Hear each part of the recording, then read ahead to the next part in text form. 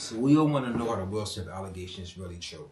An electronic violinist, Brian King Joseph, who was supposed to go on tour with him, has recently filed some sort of sexual harassment allegations against Will Smith and his management company, or his production company, I believe. So the electronic violinist claims that while he was on tour, Will Smith and him had some sort of a long time, and Will was like, "Hey, me and you have this special thing that no one else has," and I'm assuming he's trying to say they were forming some sort of bond. And from the looks of the complaint, or the idea of what is in the complaint, because the complaint is in public at this point, from what the media is saying, he was sexually priming or preparing this individual sort of further sexual exploitation. That is what Mr. Joseph is saying these statements were alluding to.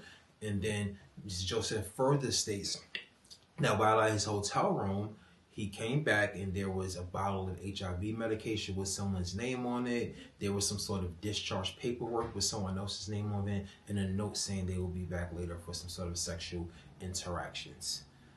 Mr. Joseph, after he made this public, and not public, after he made the management team aware, he was later fired from the tour.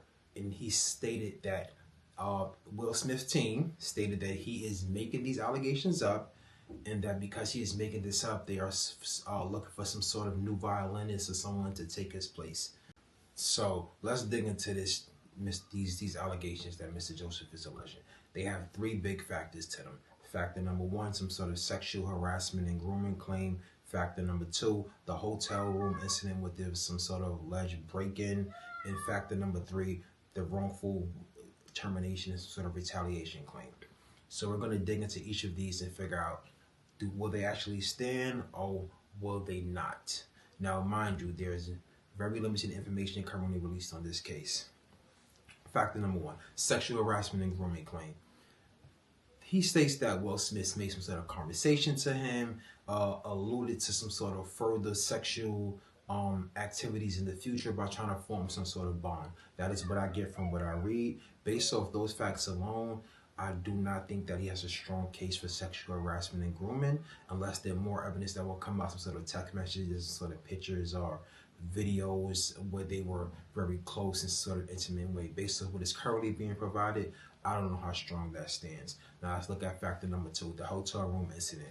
He's claiming that someone broke into his hotel room, left these items on his hotel night desk or whatever.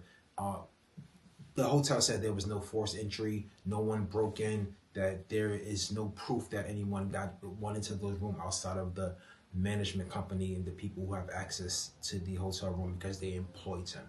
So without proof of some sort of forced entry, we now have to rely on camera footage. And does the camera footage show someone was near the room? Or is there a camera in the hotel hallway?